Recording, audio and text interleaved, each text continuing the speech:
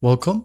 In this video, I'll show you free way to set a video as a wallpaper here in Windows 11. Alright, first up, go ahead and go to your search bar and type in Store. Now, once the Microsoft Store pops up, just go ahead and click on it and wait for it to load. Now, once it loads, just type in the search bar Lively Wallpaper.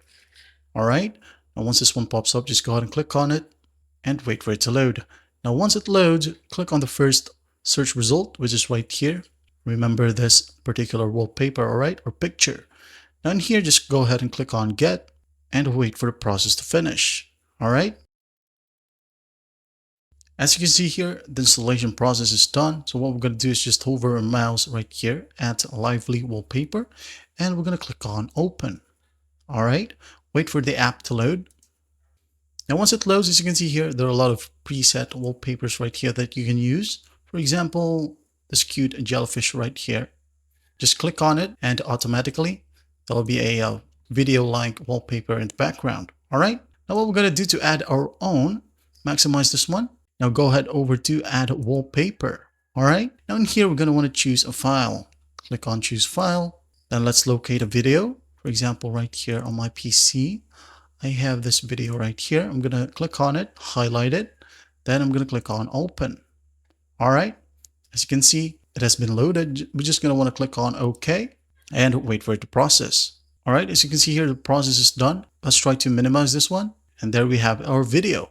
All right, as easy as that. Now, if you wanted to add a custom video or a video from YouTube or any other website, again, go back to the same application. Now click on Add Wallpaper. Now in here, the fun part, enter URL, delete this one, and just locate a link. Paste that in here and just hit on continue right here, and your wallpaper will be changed to whichever video is on that particular link.